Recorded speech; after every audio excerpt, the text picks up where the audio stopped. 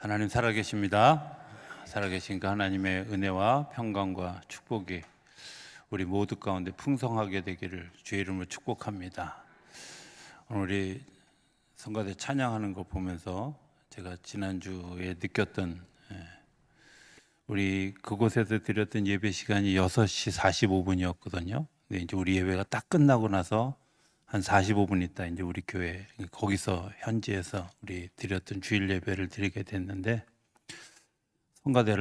성가대 찬양을 하는데 제가 너무 가슴이 아파. 저렇게 열심히 하는 찬양팀 반을 빼가지고 가는 바람에 너무 힘들게 했다 이런 생각. 또 추석 명절 때문에 시골에 가신 분들도 계셔서 오늘 보니까 마치 그물에 가득한 그런 이 고기처럼 풍성하게 느껴지시죠?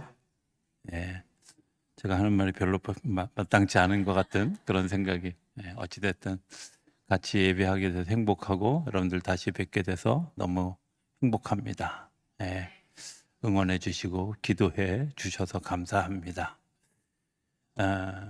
제가 학교에서 배운 것과 사회에 나가면 달라지는 것들이 참 많이 있다 하는 것을 느끼게 되더라고요. 이제 특별히 아주 아이러니컬하게 느껴졌던 일들을 이렇게 표현하면 좋을 것 같다는 생각이 들어요. 제가 어느 지역을 얘기하면 이제 그쪽 지역을 포함하는 얘기가 되니까 거기 이제 어느 지역이라고 제가 명명하겠습니다. 그 지역에 갔는데 신호들을 안 지켜요. 그래서 제가 이렇게 신호들을 안 지키냐 그랬더니 그분들이 뭐라고 얘기하냐면 목사님 그게 신호 지키는 겁니다. 빨간불에는요 빨리 가는 거고요, 노란불은 더 빨리 가는 거고요, 파란불은 맞춰서 가라는 겁니다. 이해가 안 갔어요. 그런데 그쪽에 사람들은 그러더라고요. 정말 빨간불에는 빨리 가고 노란불에는 더 빨리 가고 파란불에는 천천히 가고. 그런 생각을 해봤습니다. 만약에 그런 신호등이 없다면 우리가 어떻게 될까? 아주 마음이 바빠서 운전을 할 때 보면 신호에 유독 더 걸리는 것 같죠. 그죠? 앞에 차는 더 안 가는 것 같고. 그런데 만약에 그럴 때 신호등이 없으면 어떤 일들이 일어날까? 내 마음의 조급함, 또 이런 뭐라 그럴까요? 이 앞에 달리고 싶은 그런 그 마음, 이런 것들이 점철되어지면 아마 도로는 난장판이 되어지고 사고가 빈번하게 일어나고 그 일들 때문에 굉장히 혼돈에 빠지게 될 것 같다 이런 생각을 해보게 됩니다. 예전에 이제 카메라에 이제 신호 위반하는 게 2번 연거푸 찍혀서 면허 30일 정지가 된 적이 있었습니다. 그 웬간해서 그런 일이 없는데 횡성에 있을 때 이제 그런 일이 생겼어요.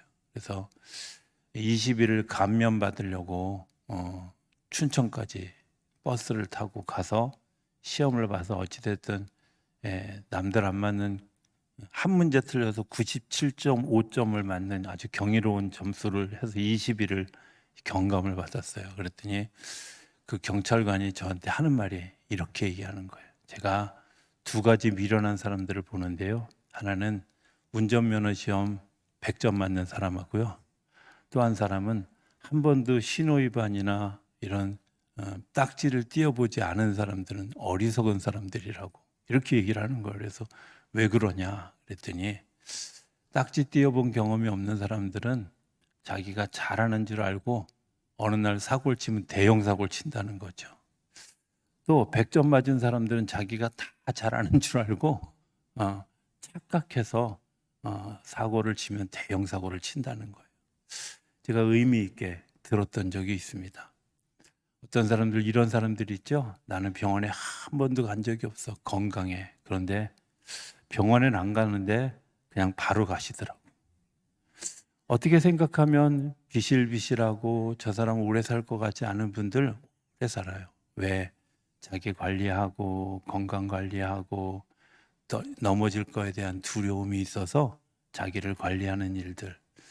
실패라는 것이 내가 넘어지는 것이 꼭 잘못하는 것일까? 어떻게 생각하면 오늘 넘어짐이 내일 내가 좀 더 건강하게 일어섬을 위한 도구가 아닐까, 이런 생각을 하게 했던 적이 있었습니다. 히브리서 12장 8절에 보면 징계는 다 받는 것이거늘 너희에게 없으면 사생자요 친아들이 아니니라, 이런 말씀이 있어요. 우리 한국 사람들의 영원한 고향이 있죠. 어딘지 아시죠? 너 다리 밑에서 주워왔어. 그래서 대부분의 고향이 다리 밑이잖아요. 저만 그런가 보네요.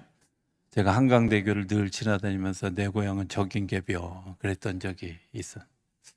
제가 내 고향이 다리 밑이 아니라는 사실을 확인했던 때가 있어요. 생각해 보면 제가 하도 이제 뭐 어머니 얘기하니까 이해 잘 안 돼서 아버지도 별로 다를 바 없는데 아버지는 철저하게 편애하셨어요. 어떻게 편애했냐면 큰아들만 때리더라고. 둘째나 막내는 한 번도 회초리를 들은 걸 본 적이 없어요. 어쩌면 뭐 제가 개구장이어서 그랬을 수도 있다, 이런 생각이 들지만 생각해 보면, 제가 원고를 쓰면서 생각해 보니까 동생들 맞는 걸 한 번도 본 적이 없어요. 왜 나만 그랬을까? 저희 아버님은 당신이 법을 전공한 분답게 항상 달력 뒤에다가 이렇게 써요. 마치 법조문처럼 교회 안 가는 거 회초리 50대, 거짓말 50대, 헌금 까먹는 거 50대, 뭐 등등등등 해서 21개 조항이 있어요. 어느 날 제가 야구 경기하다가 교회 못 가고 지는 바람에 헌금 털리고, 그리고 교회 갔다고 거짓말했다가 150대를 맞는데 쉬다 못 쉬어가지고 잊어버려가지고 한 180대 정도 맞은 경험이 있어요. 되게 힘들고 아팠어요. 근데 그리고 난 다음에 한참을 지나서 어떤 마음이 들었냐면, 나는 다리 밑에서 주워온 아이가 아닌 게 확실해. 왜냐하면 때리는 걸 보면, 야단치는 걸 보면 나를 사랑하는 게 분명해. 내가 친아들이 분명해. 이런 생각이 들어서요. 특히 오늘 제가 조금 전에 읽었던 히브리서 12장 말씀이 그런 거죠. 사생하면, 주워온 아들이면 징계하지 않습니다. 더 사랑합니다. 더 아낍니다. 그런데 진짜 아들은, 진짜 자녀는 그렇게 하지 않는다는 거죠. 히브리서 12장 11절은 또 이렇게 얘기합니다. 무릇 징계가 당시에는 즐거워 보이지 않고 슬퍼 보이나 후에 그로 말미암아 연단받은 자들은 의와 평강의 열매를 맺느니라. 그때는 그게 힘들어요. 그런데요, 이런 게 있더라고요. 맞고 나면 멈칫하더라고요. 교회 안 가고 싶은 때 있을 거 아니에요. 그렇죠? 근데 또 맞지 이런 생각이 들어서 멈칫하고요. 전들 왜 딴 사람들처럼 뭐 까먹고 싶은 마음 없겠어요. 헌금은 주어진 돈인데 얼마나 까먹기 좋겠어. 근데 멈칫하더라고요. 거짓말하는 거 멈칫하게 되더라고요. 멈칫하고 그 다음에 내가 그 길을 걸어갔을 때 마음속에 느껴지는 일들은 평강이죠. 안도감이죠. 행복함입니다. 이런 마음이 들 때도 있어요. 야, 힘들어도 교회 가서 졸다 와도 되지. 장난치다 와도 되지. 이런 마음으로 예배에 갔던 그런 시간. 그러나 돌아올 때의 마음은 내가 이제 무언가를 해냈다고 하는 그런 그 기쁨, 이런 것들이. 그때에는 되게 어려운 것 같지만 그것을 지켜갈 때, 멈칫하고 지켜갈 때 하나님께서 주시는 의와 평강의 열매들이 있다 하는 사실들을 알게 됩니다. 오늘 본문의 이야기는 율법이 없어지는 것이 아니라 주님이 완성하려고 왔다. 폐하려고 온 것이 아니라 완성하려고 왔다. 도대체 율법의 완성이라는 게 뭘까 하는 것들을 한 3가지 정도로 나눠서 생각할 수 있을 거다, 이런 생각을 하죠. 로마서에 보면 사도 바울은 율법을 이야기하면 몽학 선생이라고 이야기를 합니다. 몽학 선생이 뭐냐면 아이들에게 다 설명할 수가 없어요. 이게 이렇게 되면 이렇게 되기 때문에 네가 이렇게 해야 돼라고 설명할 수 없으니까 일단 안전장치를 만드는 거죠. 이거 하지 마라, 저거 하지 마라, 이거는 하면 안 된다 하는 이야기들을 하는 거예요. 그래서 아이들에게 뭐 다치지 않게 하려고 울타리를 치고요. 그리고 유괴당하지 않게 하려고 낯선 사람 따라가지 말라고 하고 거짓말하지 말라고 하고 뭐 이런 얘기들을 하는데 이유들을 설명할 수가 없어요.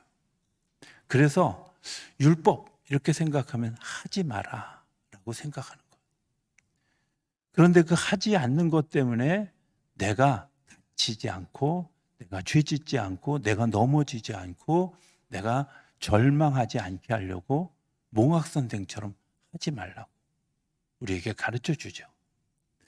그런데 시간이 지나서 내가 조금 성장하고 나면 율법을 이해하는 게 좀 달라져요. 율법을 전달해 주신 하나님의 마음이 뭔지를 알게 하는 거죠. 하나님의 뜻이 뭔지를 알게 하는 거죠.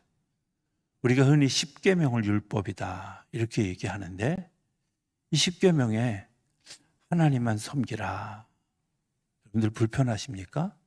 저는 가끔 이런 생각을 해보게 됩니다. 우상 섬기지 마라. 하나님만 섬기라. 하나님만 섬김으로 인해서 생겨나는 일들, 내가 세속으로부터 벗어나고 정욕으로부터 이겨내고 우상 숭배로부터 자유하고 어리석음으로부터 자유할 수 있다. 여러분들 그렇다면 하나님만 섬기는 일이 정말 불편한 일일까요? 너는 오히려 어떻게 생각하면 축복이라고 생각해요. 가끔 교인들이 저에게 이런 질문을 하는 분들이 있어요. 며칠 후에 친척 결혼식에 가야 되는데요. 목사님 아시다시피 제가 지난 주간에 초상을 치렀잖아요. 결혼식에 가야 돼요? 말아야 돼요? 여러분들 이런 고민 없어요? 네, 이런 생각 없어요? 친척 꼭 가야 되는 결혼식에, 꼭 축하해야 되는 친구의 결혼식에 내가 겪은 불행한 일 때문에 가지 못해. 그거 전 생각해 보면 참 미련한 짓이라고 생각해요. 아니, 사람이 다 죽고 사는 거잖아요. 우리 생각해 보면 죽고 살아가는 삶의 자리에 있는 건데 그게 그렇게 우리를 힘들게 하는 일일까? 아니죠. 하나님은 우리로 하여금 그것에서 자유하게. 어떤 분들은 이렇게 얘기하는 분들이 있어요. 손 없는 날 뭐 이사해야 된다. 도대체 손 없는 날이라는 게 뭔지는 저는 잘 모르겠는데 여러분들 그런 얽매임을로부터 자유하게 하는 것 하나님을 믿는 사람들은요 자유롭죠. 하나님이 우리가 하나님을 섬기는 것 때문에 자유하게 하는 행복함이 있는 거죠. 또 부모를 공경하라 라고 하는 항목이 있어요. 여러분들 공경할 부모가 있다는 거 행복한 일 아니에요? 제가 연천 지방에 있을 때 우리 곧 원로 목사님 되실 분이 사모님이 이제 저희 젊은 교육자들에게 와서 이르는 거예요.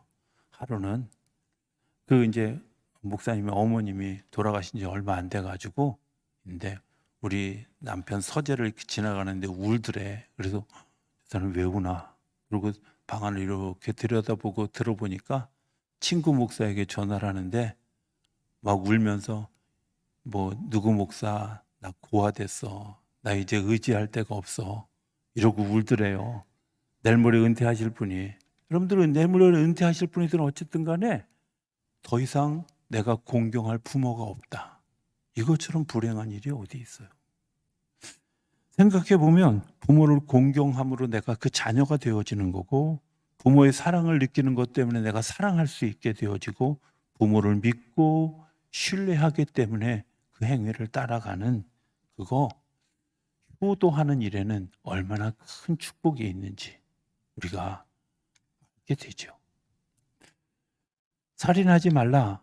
살인하지 않는 데서 그치는 것이 아니라 살인하지 말라는 것 때문에 내 생명도 보존된다는 사실을 기억해야 돼요.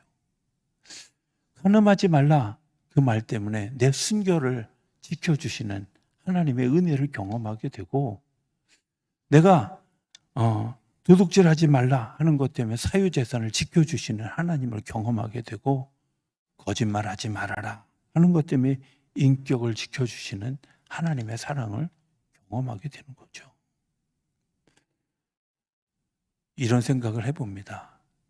심리학에서는 아이들이 어머니로부터 속았다 느껴질 때 가장 강한 분노에 솟구치는 일들을 경험하게 된다고 이야기해요. 어머니에게 속았다. 그만큼 믿었던 존재. 그만큼 믿었던 존재로부터 내가 버림받았다, 속았다, 이런 것이 그들에게 굉장히 심리적으로 큰 압박을 준다 그래요. 우리나라 드라마 보면 웬만한 드라마에 다 나오는 출생의 비밀. 근데 거기에 보면요, 그 자녀들의 분노를, 저는 제가 뭐 드라마를 쓸 일이 있을지는 모르겠지만 혹시 드라마를 쓴다면 그 정도로 표현하지 않을 것 같아요. 왜? 그들의 분노는 그렇게 머물지 않아요. 내 안에서 폭발적으로 쌓여가는 거죠. 내 인격이 무너지는. 어떤 심리학자는 이렇게도 표현해요. 하늘이 무너지는 고통을 느낀다 라고도 표현해요. 속았다.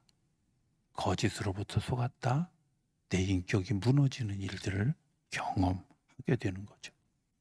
그래서 하나님 우리에게 자유하라고, 복되라고, 행복하라고 우리에게 계명을 주신 거예요. 출애굽기 20장에 보면 이렇게 서론을 시작해요. 뭐라고 서론을 시작하냐면 2절에 보면 나는 너를 애굽 땅 종되었던 집에서 인도하여 낸 내 하나님 여호와니라. 너는 나 외에는 다른 신들을 내게 두지 말아라. 우리가 흔히 생각할 때 내가 율법을 잘 지키면 복을 받겠다, 이것을 지켜서 벌을 면하겠다, 그렇습니까? 이거 지켜서 상을 받겠다, 이거 지켜서 칭찬받겠다, 복을 받겠다, 이렇게 생각하십니까? 한번 바꿔서 생각해 보면 아이들이 공부하는데 매 맞기 싫어서 공부합니다. 혹은 성공하기 싶어서 공부합니다. 의미 없는 거잖아요. 마틴 루터는 이렇게 이야기해요. 구원받기 위해 율법을 지키는 것이 아니라, 구원받고 받는 조건으로 율법을 준 것이 아니라 구원받은 자에게 주는 것이다. 여러분들, 율법을 준 장소가 애굽이었습니까? 광야였습니까? 율법은요, 애굽에서 준 것이 아니라 광야에서 줬어요. 다시 얘기하면 구원을 받기 위한 조건으로 주신 것이 아니라, 구원받는 방법으로 주신 것이 아니라, 구원받은 백성들이 복되게 살아가려고, 행복하게 살아가라고, 그리고 그 은혜 가운데 살아가라고 하나님이 우리에게 주신 거예요. 구원받지 않은 사람들에게 율법을 주신 적이 없어요. 광야에서 주셨다는 거예요. 기억해보면 이들이 440년 동안 노예 생활했어요. 그리고 완전히 노예가 되어졌어요. 이제 문화적으로도 정치적으로도 종교적으로도 완전히 노예화 되어져 있는 그 사람들. 그래서 그들을 구원해서 홍해를 건너서 구원해내고 그 구원받은 백성들에게 하나님이 주신 거예요.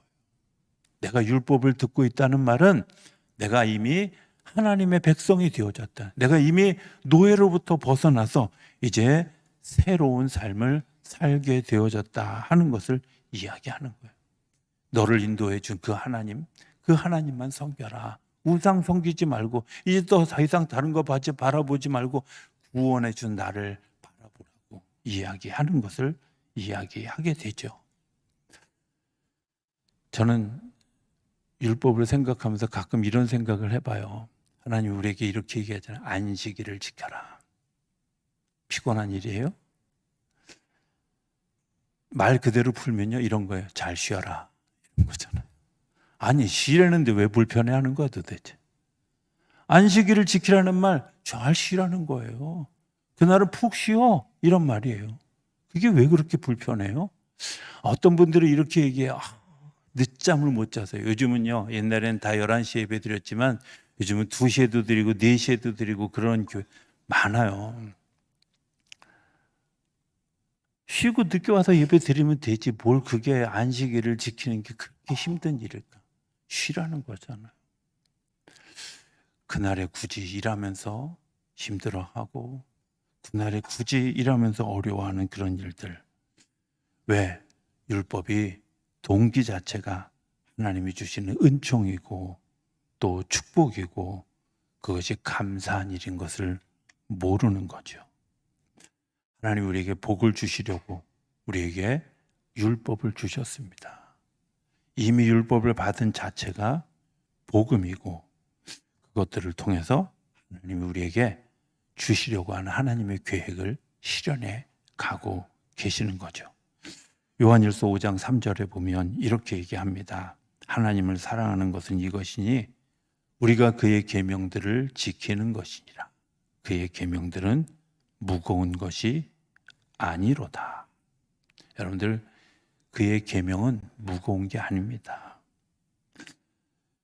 효자는 부모님의 말씀을 무겁게 생각하지 않습니다. 부모님이 나를 이렇게 괴롭히나 또 그렇게 생각하지 않고 감사하게 생각합니다. 제가 아는 제 친구 중에 이런 친구예요. 아직도 어머님 살아계신데 이제 곧 90이 넘으셔서 100세에 다가가는 어르신인데요. 이 친구한테는 어머님이 꼭 나갈 때 얘기하신대요. 얘야, 차 조심해라. 얘야, 길 건널 때는 손 들고 건너라. 이렇게 얘기를 한다는 거예요. 제가 하루는 그랬어요. 그 소리, 그 잔소리 짜증 나지 않냐? 이렇게 물어보니까 친구가 어머니가 나를 사랑해서 하는 얘기인데. 어머니가 나를 사랑해서 하는 얘기인데. 여러분들 본질이 그거 아니에요? 나를 어린아이 취급하려고 하는 게 아니라 나를 사랑하셔서 하는 얘기잖아요. 밥 잘 먹어라. 어쩌면 그 속에는 나를 사랑하는 그 사랑이 있는 거죠. 징계는 소중한 것입니다. 감사한 것입니다. 그 교훈이 나보다 더 높기 때문에 그리고 경험이 많기 때문에 나를 사랑하셔서 하는 이야기죠. 그 계명에 대해서 감사하고 성경 말씀대로 말하면 하나님의 말씀을 주야로 묵상하고 그 말씀을 통해서 행복을 느끼는 거죠. 감동적인 이야기 하나를 여러분들이 많이 알고 있는 이야기라고 생각이 되어집니다. 상해 임시정부 시절에 김구 선생님이 있었던 작은 일화입니다. 당시 상해 임시정부의 임시주석이었던 이 김구 선생님이 뭐 누구나 다 망명생활에서 배가 고프죠. 집에 쌀도 없고 또 먹을 것도 없는데 어느 날 밖에 나가서 돌아와 보니까 어머님이 시래기국을 끓여 놓으셨다는 거예요.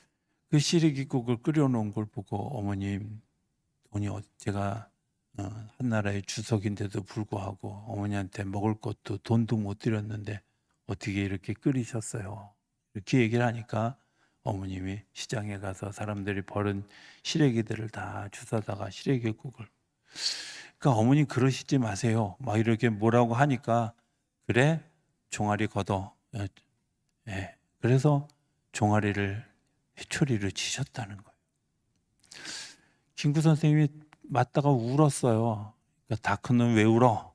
이렇게 물어보니까 김구 선생님이 이렇게 얘기했다는 거예요. 어머니 작년에 맞을 때보다 덜 아프네요. 어머니 힘이 많이 떨어지셨네요. 여러분들 그게 사랑 아니겠어요? 그게 관심 아니겠어요? 내가 맞고 있는 게 중요한 게 아니라 나를 때리는 분이 누군지, 나를 징계하는 분이 누군지, 어떤 마음으로 하고 있는지, 어떤 것들을 생각하고 있는지, 우리가 징계를 받을 때 나를 징계하는 분을 좀 바라보았으면 좋겠습니다. 나를 징계하시는 분, 십자가를 지신 예수님입니다. 그 많은 대가를 치르시고 우리를 구속해 주신 분입니다. 이것이 하나님의 자녀의 모습이죠. 갈라디아서 5장 1절에 보면 그리스도께서 우리를 자유롭게 하려고 자유를 주셨으니 그러므로 굳건하게 서서 다시는 종의 멍에를 매지 말자. 갈라디아 교회에 보냈던 사도 바울 선생님의 이야기입니다. 이번에 성지순례를 경험하면서 7년 전에 똑같은 장소에 같이 갔던 기억이 있었습니다. 그때도 제가 많이 마음에 감동을 해서 설교하면서 여러 번 제가 그때 그 이야기를 했던 기억이 있습니다. 사도 바울의 참수터였습니다. 사도 바울이 마지막에 목이 잘리어서 이제 교수형을 당하는 그런 이제 경험이 있는 그 자리. 그때는 이렇게 다른 포인트에서 제가 은혜를 받았지만 이번에는 조금 더 다른 곳에서 하나님의 사랑을 다시 한번 느끼게 되어졌던 그런 시간이었습니다.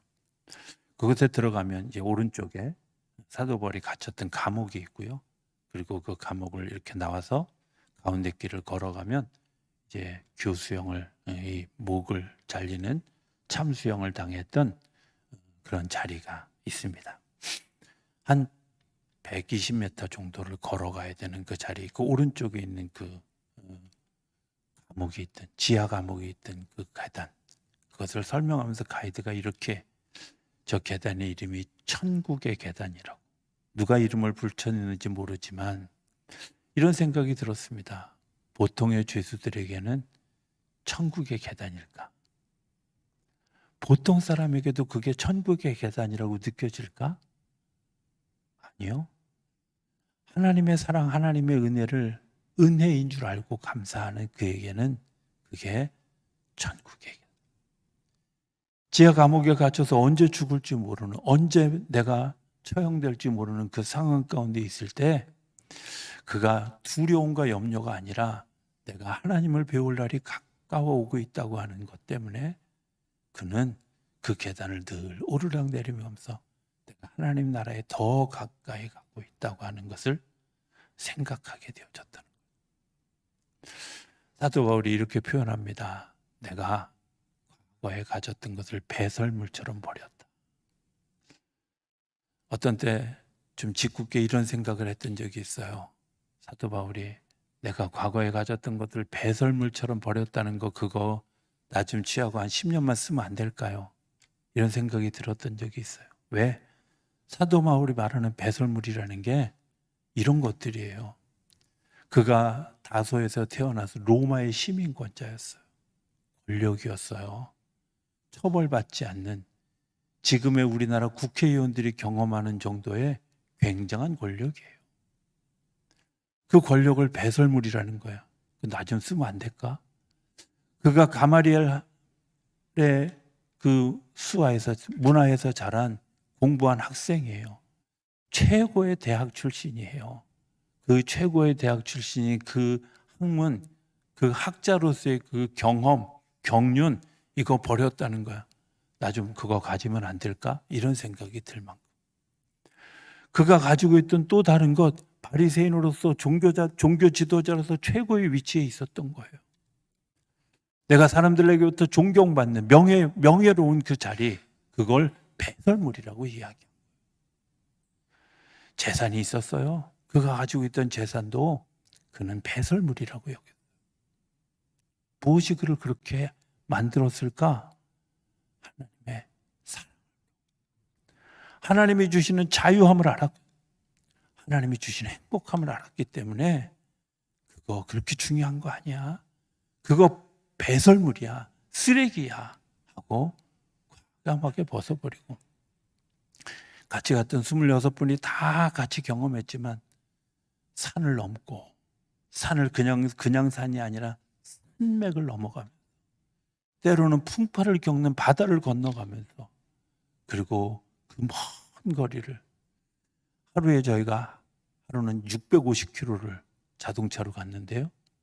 그 거리를 걸어서 복음을 전하기 위해 떠나던 사도 바울을 생각해 보면 그가 버린 것과 그가 취한 것이 얼마나 다른가 하는 것을 알게 되죠. 무엇이 그를 그렇게 움직였을까요? 징계하는 분이 누군지 알았던 거예요. 나를 인도하는 분이 누군지를 알았던 거예요. 그래서 감옥에 갇혀도 자유롭고 매를 맞아도 행복하고 핍박을 받아도 감사하고 그래서 그 길을 걸어갈 수 있었던 거죠. 이런 생각을 해봅니다. 우리가 율법을 몽학산댕처럼 하지 말아라. 하면 안 된다. 여기에 머무르면 우리는 늘 어린아이 같은, 유치원생 같은 그런 삶의 모습을 가지고 살아갑니다. 자라가야 되죠. 내 믿음이 자라고 하나님을 알고 하나님을 더 깊이 아는 것 때문에 하나님이 나에게 향하신 하나님의 사랑이 뭔지, 나에게 자유함을 주려고 하는 하나님의 계획을 알고 나면 내가 정말 그 율법 안에서 자유해지고 누리게 되고 행복해지는 것들을 알고 나면 그것 때문에 주님이 나에게 원하신 것에 대해서 내가 불편해하는 게 아니라 감사함으로 순종할 수 있게 되어지는 것 아니겠어요? 하나님 우리에게 율법을 주신 이유는 자유하라고 주신 겁니다. 사랑하시기 때문에 징계하시는 겁니다. 사랑하시기 때문에 우리에게 울타리를 만들어 주신 겁니다. 저는 그 율법이 우리를 속박하는 도구가 아니라 우리를 자유하게 하는 도구인 줄로 믿습니다. 그리고 그 축복을 누리고 그 안에서 하나님의 사랑을 누리고 하나님의 사랑을 나누고 하나님의 사랑을 전파하며 살아가는 우리 모두가 되어줄 수 있게 되기를 주의 이름으로 축복합니다.